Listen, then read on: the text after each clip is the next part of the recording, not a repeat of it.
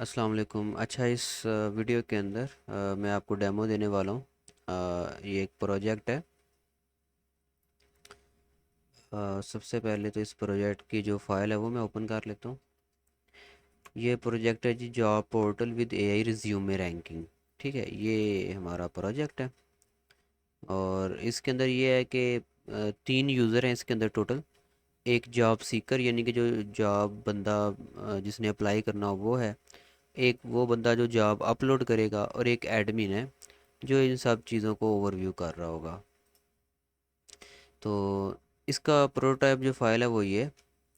ठीक है, इसके अंदर हमने करना क्या था, हमने तीनों जो मॉड्यूल है वो क्रिएट करने थे: जॉब सीकर, रिक्रूटर और एडमिन मॉड्यूल। ठीक है, ये तीनों हमने क्रिएट करने थे। और बाकी उनकी जो ये फंक्शनैलिटी है वो हमने परफॉर्म करनी थी। और जिसके अंदर जो मेन फंक्शनैलिटी है वो ये थी कि जब जो जॉब सीकर है वो रिज्यूमे अपलोड करेगा, तो उससे जो भी उसके रिज्यूमे का टेक्स्ट है वो एक्सट्रैक्ट होना चाहिए।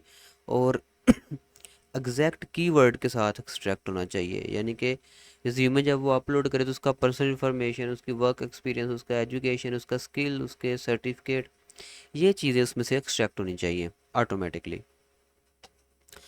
तो यहाँ पे ये हमारा प्रोजेक्ट, और मैं इसको रन कर रहा हूँ अभी।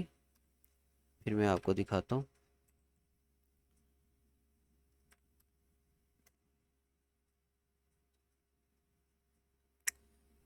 सी D job portal. Okay, performing system checks.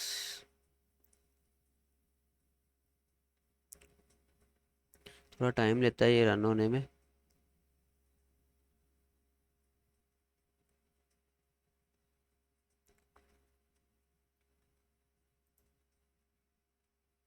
Okay, तो ये रन हो चुका है।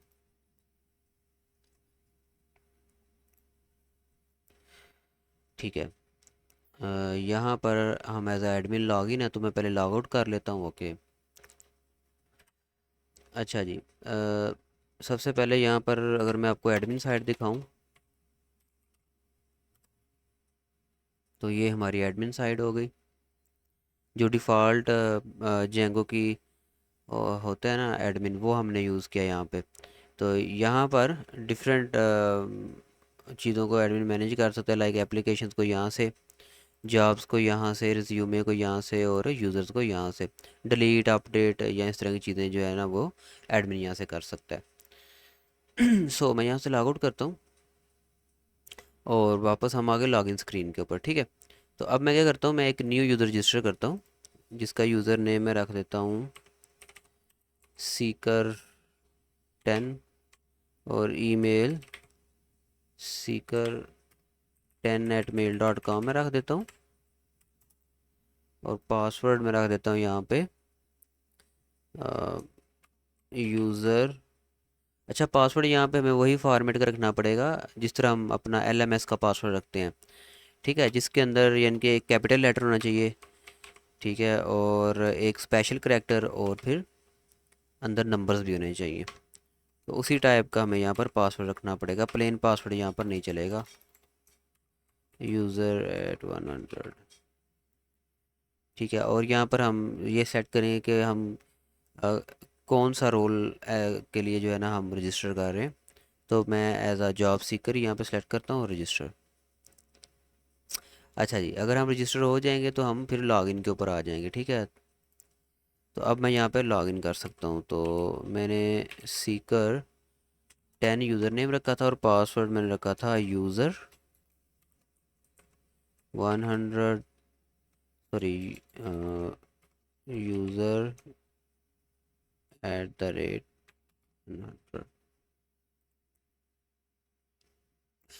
ओके, मैं यहाँ पर लॉगिन हो चुका हूँ।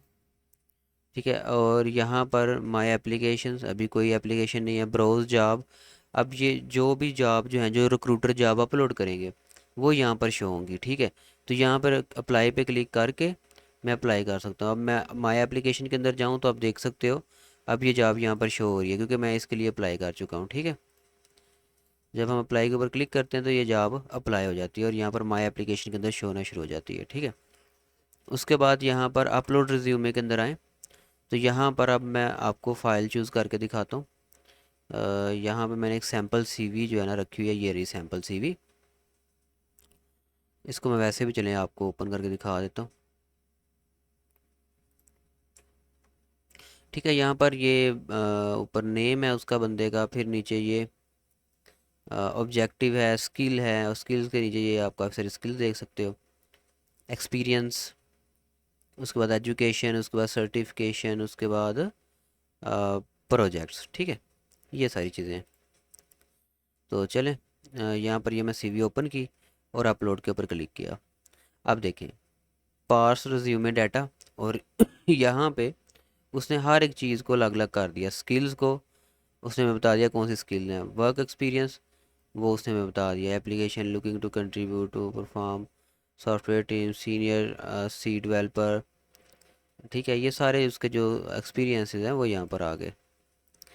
और उसके बाद एजुकेशन जो है उसकी वो यहाँ पर आ गई, सर्टिफिकेशन यहाँ पे आ गई, और प्रोजेक्ट जो है उसका वो यहाँ पर आ गया जो उसने प्रोजेक्ट क्रिएट किया। बाकी यहाँ पर हम एडिट रिज्यूमे टेक्स्ट के ऊपर क्लिक करके इसको हम एडिट भी कर सकते हैं। ठीक है, खैर ये इतना काम हमने करना था।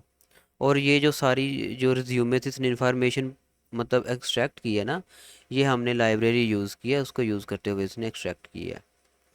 और इसको हमने डेटाबेस के अंदर भी स्टोर करवाना था। ठीक है, तो हमने अलग अलग डाटा जो है ना वो टेबल बनाए हुए हैं। स्किल का अलग बनाया हुआ है, वर्क एक्सपीरियंस का अलग बनाया हुआ है, मैं आपको दिखाता हूँ।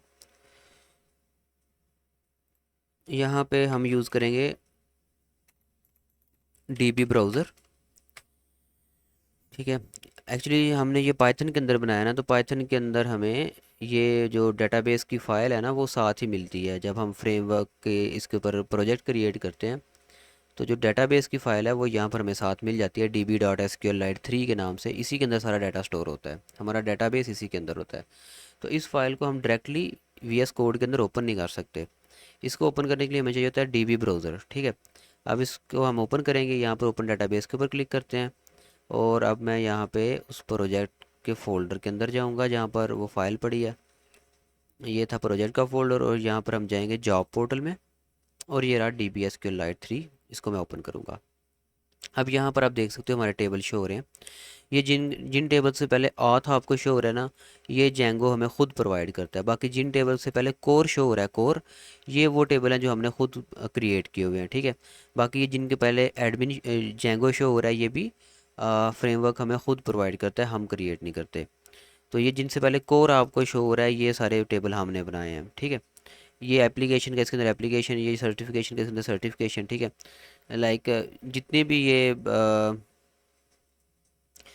सीवीज़ के अंदर सर्टिफिकेशन पुल करेगा ना, वो इसके अंदर स्टोर हो जाएगा ऑटोमेटिकली। अगर मैं इसके अंदर जाऊँ, ब्राउज टेबल के ऊपर क्लिक करूँ, तो ये आप देख सकते हो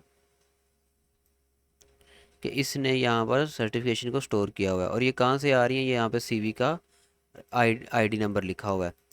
ठीक है, कि यूज़र ने जो CV नंबर 2 अपलोड की थी उसके अंदर जो आ, उसकी क्या नाम लेते हैं सर्टिफिकेशन थी, वो ये थी। ठीक है, तो ये प्रॉपर जो है ना काम कर रहा है। ठीक है, अब अगर मैं वापस जाऊँ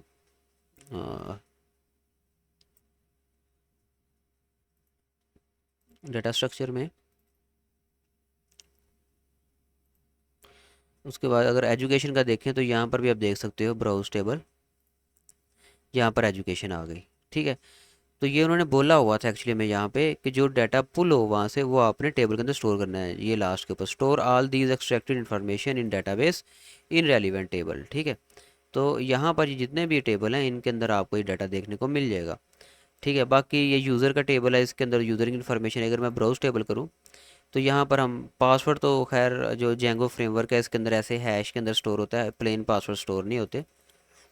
तो यहाँ पर हम इसका यूज़र नेम देख सकते हैं। ठीक है, ये यूज़र नेम है, ये एडमिन है अंदर। बाकी यहाँ पे और हम क्या देख सकते हैं, हाँ, ये यहाँ से हम देख सकते हैं कि हमने एज अ सीकर, ये रहा, ये एज अ सीकर किसको रजिस्टर किया हुआ है यूज़र को, एज अ रिक्रूटर कौन सा यूज़र जो है ना वो रजिस्टर है। रिक्रूटर मीन जो जॉब्स अपलोड करेगा। और सीकर जो जॉब देखेगा, और सीकर अपनी सीवी अपलोड कर सकता है, रिक्रूटर नहीं कर सकता, ठीक है। तो यहाँ से ये आप देख सकते हो, ये हमारा यूज़र का टेबल है। बाकी यहाँ पे बाकी आप टेबल भी इनको ब्राउज़ कर सकते हो और देख सकते हो कि किस टेबल के अंदर कौन सी इन्फॉर्मेशन है, ठीक है। यहाँ से मैं क्लोज डेटाबेस के ऊपर क्लिक कर देता हूँ, सेव। ओके, अब इन फाइल्स की बात करते हैं, किस फाइल के अंदर क्या हो रहा है, ठीक है। मैं ज़रा ये सारी फाइल क्लोज करता हूँ। सबसे पहले ये देखें, मैंने प्रोजेक्ट के फोल्डर को ओपन किया हुआ है यहाँ पे। इसके अंदर दो फोल्डर हैं, जॉब पोर्टल और वी ई एन वी का जो फोल्डर है ना, ये मैंने वर्चुअल इन्वायरमेंट क्रिएट किया हुआ है, ठीक है। अगर आप वर्चुअल इन्वायरमेंट क्रिएट करते हैं तो फिर आपको ये नज़र आएगा, अदरवाइज़ अगर आप डायरेक्टली इसको सेटअप करते हैं फिर ये आपको नज़र नहीं आएगा वी का फोल्डर। ना इसमें से हमें कोई क्वेश्चनिंग होती है, इसको आप इग्नोर कर सकते हो। फिर चले जाते हैं जी जॉब पोर्टल के फोल्डर के अंदर। अब इस फोल्डर के अंदर एक फ़ोल्डर है कोर, ठीक है। हमारा जो एप्लीकेशन है ना, उसकी फ़ाइल इसी फोल्डर के अंदर है सारी। बाकी जॉब पोर्टल के अंदर भी आपको एक फ़ोल्डर मिलेगा जॉब पोर्टल के नाम से। इसके अंदर हमारी जो ये जो प्रोजेक्ट होता है ना, इसकी सेटिंग्स होती हैं बस, और कुछ नहीं होता। तो इसके अंदर से भी आपको क्वेश्चनिंग नहीं होगी, ठीक है, क्योंकि इसके अंदर हमारी सेटिंग है, कोई इसमें से क्वेश्चनिंग नहीं वो करेंगे। बाकी ये एक फ़ोल्डर है रिज्यूमे का, इसके अंदर जो आप जब हम रिज्यूमे अपलोड करेंगे ना, तो वो इसके अंदर स्टोर होंगे आके, ठीक है। फिर ये उसके नीचे ये हमारी डेटाबेस फाइल है, उसके नीचे ये manage.py है। इस फाइल को हम कॉल करते हैं अपने प्रोजेक्ट को रन करने के लिए, ठीक है। और भी डिफरेंट अपने प्रोजेक्ट के ऊपर जब हमने फंक्शन परफॉर्म करने होते हैं तो हम इस फाइल को कॉल करते हैं। जैसे यहाँ पे जब मैंने अगर अपना प्रोजेक्ट रन करना है तो मैं लिखूँगा पाइथन, तो मैं किस फाइल को कॉल करूँगा, इस फाइल को manage.py, इसको रन करूँगा manage.py, manage.py, ये मैं इस फाइल को कॉल कर रहा हूँ, ठीक है। और इसके आगे मैं लिखूँगा रन सर्वर।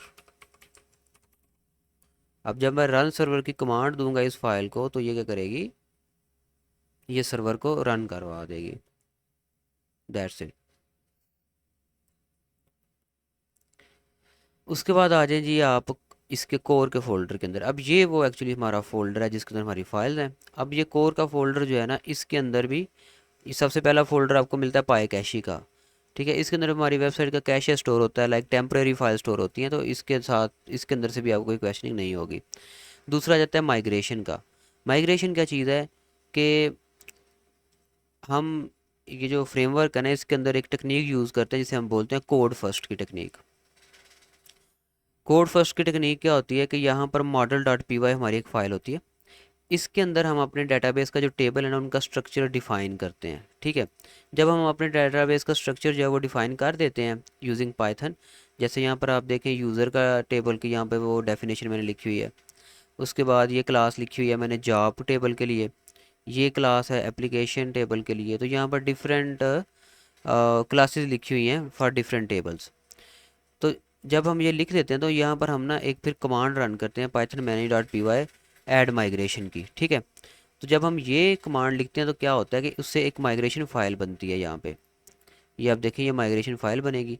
फिर जब हम अप्लाई माइग्रेशन की कमांड रन करते हैं तो जो हमारा ये जो माइग्रेशन के अंदर टेबल शो हो रहे होते हैं, ये डाटाबेस के अंदर जाकर बन जाते हैं। इस तरह से हमारा डाटाबेस बनता है जेंगो के अंदर, ठीक है। हम डायरेक्टली जाके इस फाइल के अंदर जो हमारी डाटाबेस की फ़ाइल है ना, ये वाली, उसके अंदर टेबल नहीं बना देते। पहले जी हमें model.py के अंदर अपना क्ला जो क्लास है, जो हमने टेबल बनाना है उसके नाम की क्लास लिखनी पड़ती है, उसकी हमें यहाँ पर ये कॉलम डिफ़ाइन करने पड़ते हैं। फिर हमें माइग्रेशन जो है ना उसकी कमांड देनी पड़ती है यहाँ पर, ठीक है। यहाँ पर माइग्रेशन की कमांड देनी पड़ती है हमें, और उसके बाद माइग्रेशन फ़ाइल बनती है। फिर हमें एक और कमांड, जब फाइल बन जाती है, एक और कमांड देनी पड़ती है अप्लाई माइग्रेशन की, जिससे क्या होता है उस फाइल को देखते हुए फिर डेटाबेस के अंदर टेबल बन जाते हैं। तो इसके अंदर वो माइग्रेशन फ़ाइल जस्ट स्टोर होती है, तो इसमें से भी आपको कोई क्वेश्चनिंग नहीं करने वाले। नेक्स्ट जो हमारे पास टेबल है वो है टेम्पलेट्स का। अब इसके अंदर क्या है, इसके अंदर हमारी सारी फ्रंट एंड की फाइल है, डॉट HTML फाइल इसी के अंदर है। लाइक अगर वो आपको कहते हैं जी आपने यहाँ पर कोई चेंजिंग आपसे करवाते हैं, फ़र्ज़ करें वो कहते हैं यहाँ पर हमें एक और ऑप्शन ऐड करके दिखाएं, तो ये कहाँ से होगा काम, या इस फ्रंट एंड के ऊपर आपको जो भी चेंजिंग बोलेंगे ना, वो आपकी होनी है यहाँ पर टेम्पलेट के फोल्डर में आके, ठीक है। सबसे पहले इसके अंदर है base.html। अब इसके अंदर हमारी क्या है, इसके अंदर जस्ट हमारी नेव बार है। नेव बार मीन मैं आपको यहाँ पर बता देता हूँ। नेव बार जो ऊपर ऑप्शन शो होते हैं ना, उसको हम नेव बार बोलते हैं। जैसे ये ऊपर ऑप्शन शो हो रहे थे ना, upload resume, browse job, my application, तो ये नैवबार है। ठीक है, ये base dot H T M L के अंदर है हमारी। इस तरह ये पोस्ट जॉब, माई जॉब, ये जब हम as a recruiter log in करेंगे तो ये ऑप्शन शो होंगे। ठीक है, ये नैवबार हमारी base dot H T M L के अंदर है। ये इसको हम नैव बार बोलते हैं, जो आपको ब्लैक सेक्शन नज़र आ रहा है ऊपर ये। ओके, तो बाकी ये बटन भी इसी के अंदर है लॉग आउट का।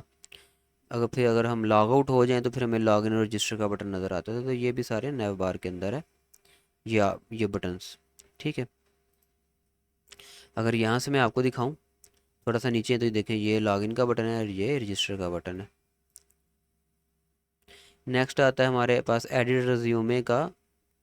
ठीक है, ये जब हम रिज्यूमे अपलोड करते हैं तो जो एडिट रिज्यूमे करने का जो पेज नज़र आता है वो है। फिर ये होम का, होम मीन ये जो हमारा पेज है ना,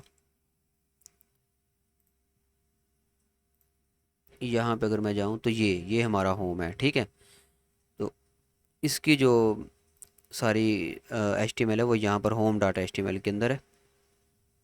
फिर जॉब लिस्ट।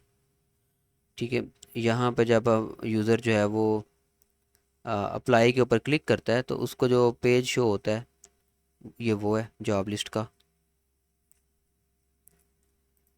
यहाँ पे एक और मैं आपको चीज़ बताता चलूँ, जस्ट जब हम होम के ऊपर होते हैं ना, तब हमें ऊपर यहाँ पर जो लिंक होता है इसके अंदर कोई नेम नज़र नहीं आ रहा होता कि हम कहाँ पे हैं। लेकिन जैसे ही हम लॉगिन हो जाते हैं एक दफ़ा, देखिए मैं लॉगिन के ऊपर क्लिक किया तो ये देखिए पेज का नेम आ गया, कौन सा पेज यूज़ हो रहा है, लॉगिन का। ये आपको नज़र आ रहा है, ये हमारे एड्रेस के बाद लॉगिन आ गया। ठीक है, तो इट्स मीन हम लॉगिन के पेज के ऊपर, तो यहाँ पे हम देख सकते हैं ये लॉगिन का पेज। ठीक है, बहुत सिंपल सा तरीका है। उसके बाद अगर मैं यहाँ पर लॉगिन कर लूँ तो ये हम होम के पेज के ऊपर रिट्रैक्ट हो गए। ठीक है, जब होम का जो पेज है ना उसका यहाँ पर लिंक शो नहीं होता, बाकी हर पेज का होगा। जैसे अपलोड रिज्यूमे पे आऊँ तो ये मुझे बता रहा है कौन सा पेज यूज़ हो रहा है, अपलोड रिज्यूमे। तो यहाँ से आके आप ये हमारा अपलोड रिज्यूमे, ये रहा अपलोड रिज्यूमे का पेज। ठीक है, ये रहा। इसी तरह अगर यहाँ पे मैं ब्राउज जॉब के ऊपर क्लिक करता हूँ तो ये कौन सा पेज अब रन हो रहा है, जॉब्स का। ठीक है, यहाँ पे अगर मैं आपको दिखाऊं तो जॉब्स, ये है जॉब लिस्ट। ठीक है, ये नेम थोड़ा सा मैच नहीं हुआ, इसकी एक वजह है। वजह ये है कि या वहाँ पर नेम वो शो होते हैं जो हम यहाँ पर डिफ़ाइन करते हैं। यहाँ पे मैं आपको दिखाता हूँ, यहाँ पे ये हमारी एक फ़ाइल है urls.py, इसके अंदर हमने लिंक्स को नेम दिए होते हैं। जैसे ये रहा, देखें ये जो लिंक है ना जो ऊपर शो हो रहा है जॉब, जब ये आ, मतलब शो हो रहा होगा जॉब, तो तब जो है यहाँ पे जो फायर रन हो रही होगी वो हो रही होगी जॉब लिस्ट की। तो मैं यहाँ पर कोशिश करता हूँ कि मैं इसका जो नेम है वो भी जॉब लिस्ट ही रख दूँ, अगर एरर ना आए तो। ठीक है, अब हमें इसका जो नेम है वो जॉब लिस्ट ही शो होगा, ब्राउज जॉब। तो ये देख सकते हैं आप जॉब लिस्ट। ठीक है, तो इससे आपको आइडिया हो जाएगा, ये मैंने क्यों किया था कि आपको आइडिया हम कौन सा पेज यूज़ करें, ये जॉब लिस्ट का यूज़ हो रहा है। क्योंकि एडमिन जो है ना वो पूछते हैं कि अच्छा इसकी प्रोग्रामिंग कहाँ पे है, फ़र्ज़ करें वो आपको पूछ लेते हैं अच्छा इसकी प्रोग्रामिंग कहाँ पे है। अगर तो इसकी पूछे तो ये आपको मैंने बता दिया है, जो ये ब्लैक ऊपर सेक्शन है ये इसको नेव बार बोलते हैं और ये base dot H T M L के अंदर है। बाकी अगर वो यहाँ पर पूछ लेते हैं अच्छा इसकी प्रोग्रामिंग कहाँ पे है, ठीक है, तो वो आप यहाँ से इजीली देख सकते हो, अच्छा जॉब लिस्ट, तो यहाँ से आप जॉब लिस्ट के ऊपर जा सकते हो। ठीक है, टेम्पलेट को फोल्डर में आप जॉब लिस्ट को ओपन कर दिखा सकते हो, जी यहाँ पर है, ये बटन है उसका, अप्लाई के बटन का हो गया। ठीक है, ये सारी चीज़ें, और बाकी भी सारे इसी तरह हैं। बाकी भी आप जब जाएंगे किसी भी यहाँ पे तो आपको पता लग जाएगा। खैर ये अभी मैं एज अ सीकर लॉगिन हुआ था, अगर मैं यहाँ पर एज अ रिक्रूटर लॉगिन हो जाऊँ, REC और लॉगिन, तो ये देखें अब मैं एज अ रिक्रूटर लॉगिन हो गया। तो और मेरे पास क्या ऑप्शन आ रहे हैं, पोस्ट जॉब के और मैनेज जॉब के। पोस्ट जॉब के ऊपर अगर जाऊँ तो यहाँ से मैं एक न्यू जॉब पोस्ट कर सकता हूँ, और मैनेज जॉब के ऊपर अगर जाऊँ तो जो मैंने प्रीवियसली जॉब्स पोस्ट की हुई हैं मुझे वो नज़र आएंगी।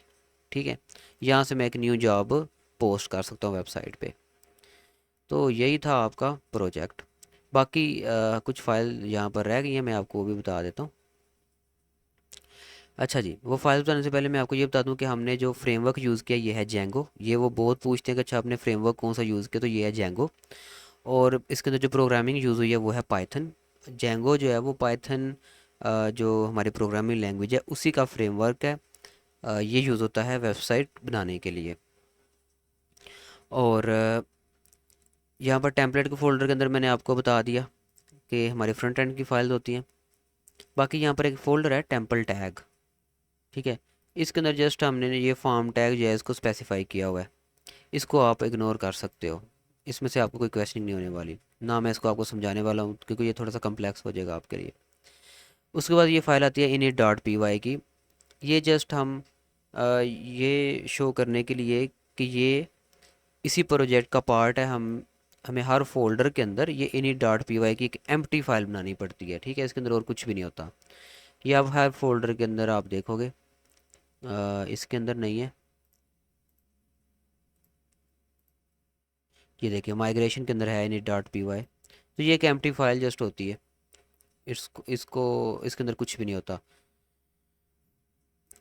अच्छा जी, उसके बाद आ जाती है admin.py। अब इसके अंदर हमने हमारा जो एडमिन पैनल होता है ना, जो मैंने आपको एडमिन पैनल लॉगिन करके दिखाया था, उसको स्पेसिफाई किया होता है कि वहाँ पर क्या क्या शो होगा, कौन कौन सा मॉड्यूल वहाँ पर जो है एडमिन उसको मैनेज कर सकता है। तो वो हम यहाँ से उसको मतलब क्रिएट करते हैं इस फाइल के अंदर admin.py के अंदर। जैसे सिर्फ एक की मैं आपको एग्जांपल दूंगा, बाकी आप खुद ही समझ लीजिएगा। अ,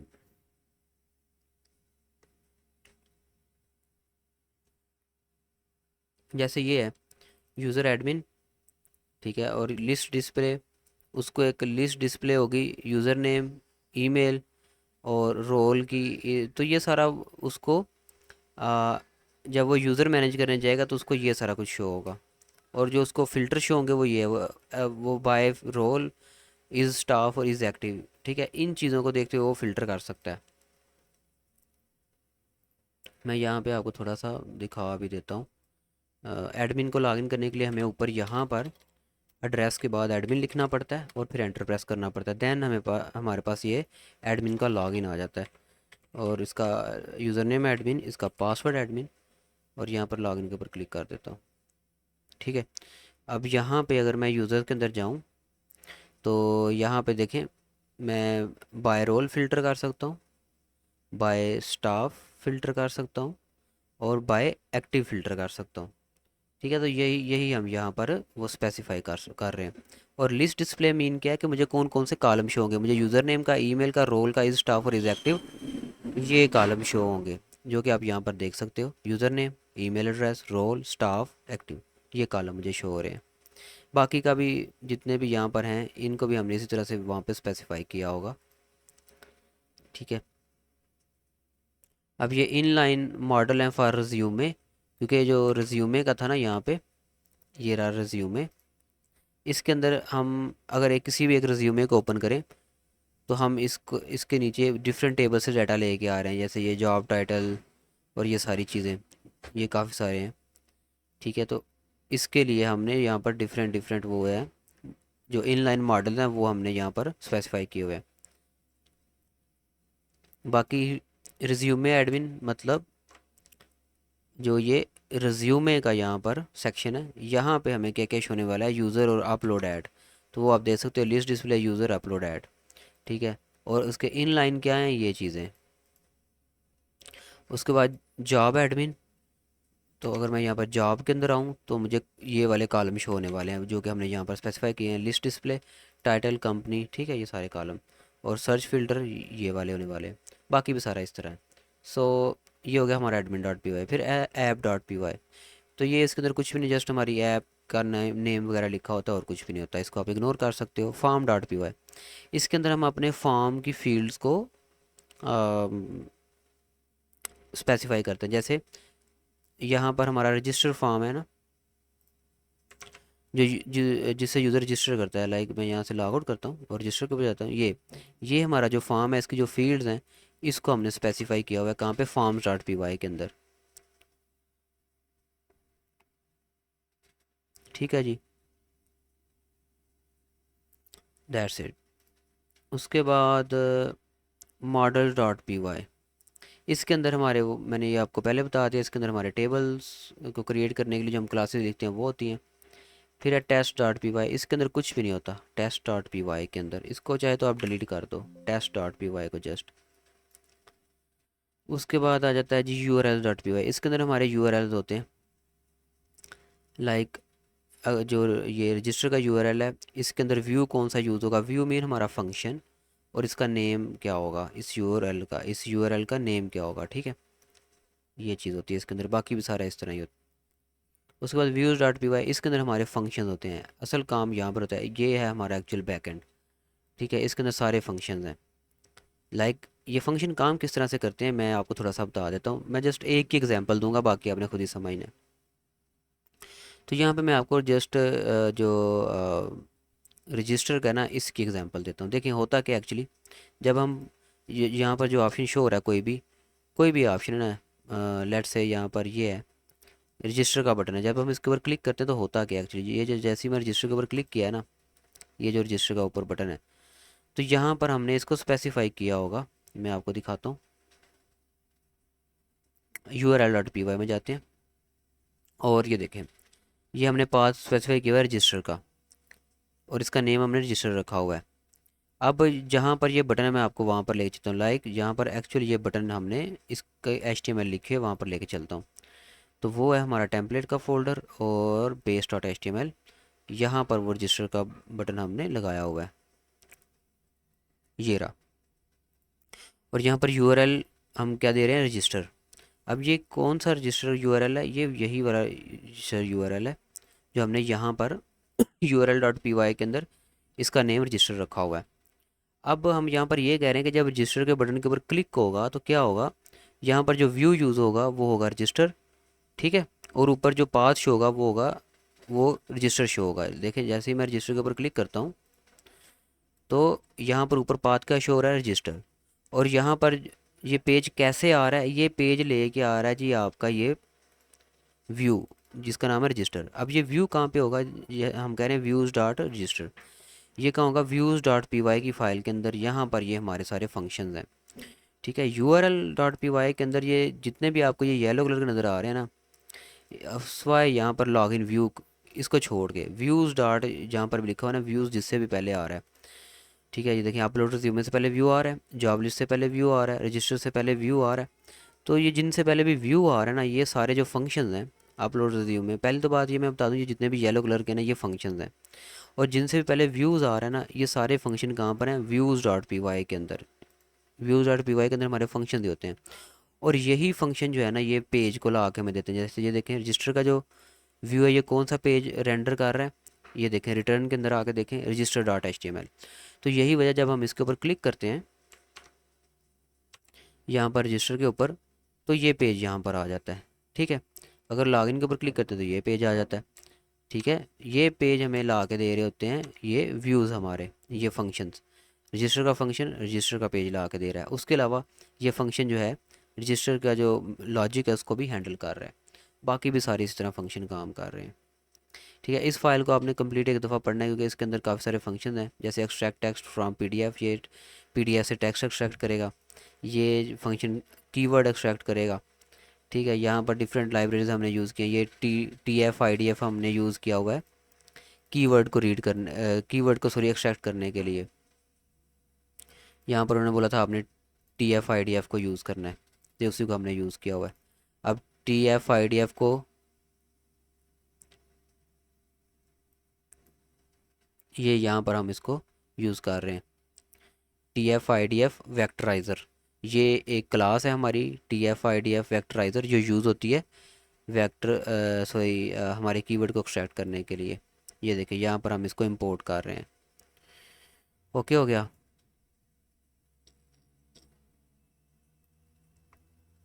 बाकी इस फाइल को आपने पूरा एक दफ़ा कम्प्लीटली रीड करना है। हाँ एक बात अब लास्ट के ऊपर मैं बताता चलूँ कि अगर वो किसी फाइल के अंदर चेंजिंग करने के लिए बोलते हैं, वो कैसे करनी है, फ्रंट एंड की चेंजिंग की बात करता हूँ, जस्ट एक फ़ाइल का बताऊँगा, बाकी आपने खुद ही समझ जाना है।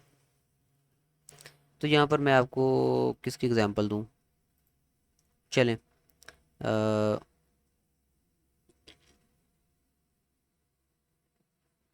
इसी की दे देता हूँ, लॉगिन की एक दे देता हूँ एग्जांपल, ठीक है। अब फ़र्ज़ करें वो आपको कहते हैं जी यहाँ पर आप इस बटन का कलर चेंज करके दिखाएं, ठीक है। तो आपने क्या करना है, सबसे पहले तो आपने देखना है, अच्छा मैं कौन से पेज पे ऊपर हूँ, तो यहाँ पर आपने ऊपर एड्रेस देखना है, ये है लॉगिन, ठीक है। आपने लॉगिन के अंदर चले जाना है, टेम्पलेट के फोल्डर के अंदर login dot H T M L, इसके अंदर आ जाना है। इसके अंदर फिर आपने बटन फाइंड करना है कि बटन कहाँ पर है, तो यहाँ पर आप देख सकते हो ये हमारा लॉगिन का बटन ये है, ठीक है। अब यहाँ पर इसकी जो क्लास है वो हमने लगाई है BTN primary, primary mean blue colour. और अगर हम यहाँ पर डेंजर रेड कलर करना चाह रहे हैं तो फिर हम यहाँ पर लिखेंगे डेंजर। ये बूटस्ट्रैप के कलर्स हैं, मैं आपको दिखा देता हूँ ये कहाँ से मिलेंगे। अच्छा जी, इसको आपने कंट्रोल जो भी चेंजिंग करनी है, चेंजिंग करके कंट्रोल एस ज़रूर प्रेस करना है। कंट्रोल एस प्रेस कर दिया, यहाँ पर आगे फिर आपने रिलोड करना है, तो ये देखें इसका कलर रेड हो गया। अब ये कलर्स उल्टे सीधे क्यों हैं, यानी कि डेंजर से ही रेड कलर क्यों हो रहा है, हम रेड क्यों नहीं लिख सकते, इसकी एक वजह वो ये है कि हम यहाँ पर बूट स्ट्रैप यूज़ कर रहे हैं।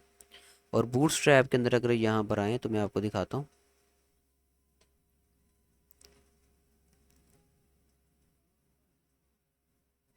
डॉक्स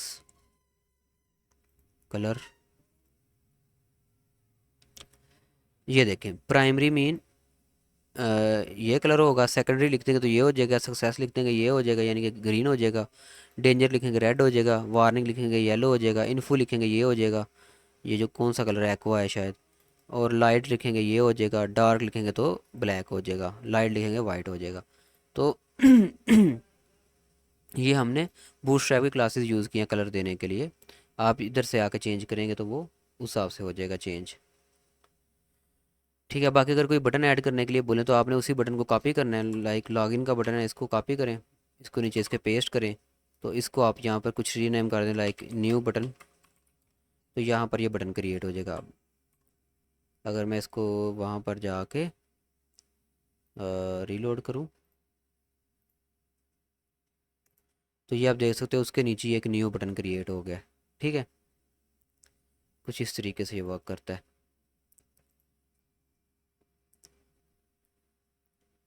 तो इस तरह से आप चेंजिंग कर सकते हो, मैंने इतना डिटेल के अंदर नहीं बताया, लेकिन आई होप कि आपको समझ लगी होगी। और बस यही था आपका प्रोजेक्ट।